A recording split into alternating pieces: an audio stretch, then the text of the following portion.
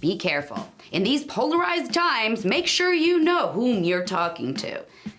This is the ominous warning that Deputy Managing Editor for the New York Times, Clifford Levy, just shared.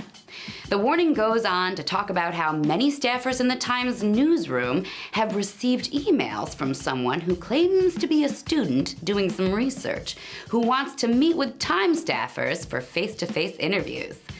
The warning that Levy shared goes on to say that while he has no idea of whether or not this person is actually a student or like whatever, everyone at the Times should be very wary.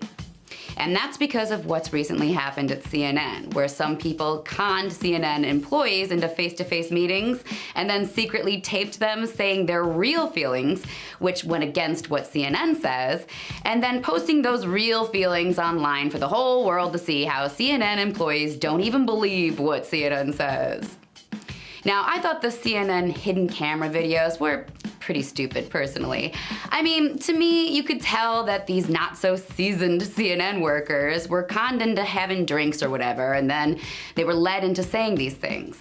I mean, sure, Van Jones calling the Russian election hacking story a nothing burger was fun to see, but I don't know, hidden camera gotcha videos like that are just kind of cheap.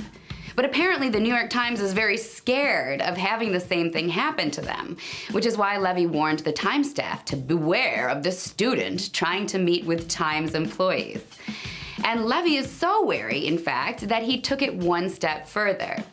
He shared the internal Times warning on Twitter and tweeted that all newsrooms everywhere should beware, that someone claiming to be a college student is trying to interview journalists.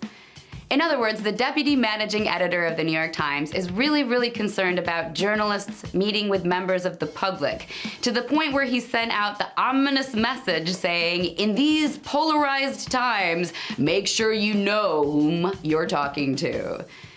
Now, people who make up fake tips or pretend to be someone they're not or use other dirty tricks to further their own agenda definitely suck, if you ask me. But if you can't figure out whether or not your source is legit, even if it's just a college student, and then you agree to meet with them anyway, maybe you're not such a great journalist in the first place.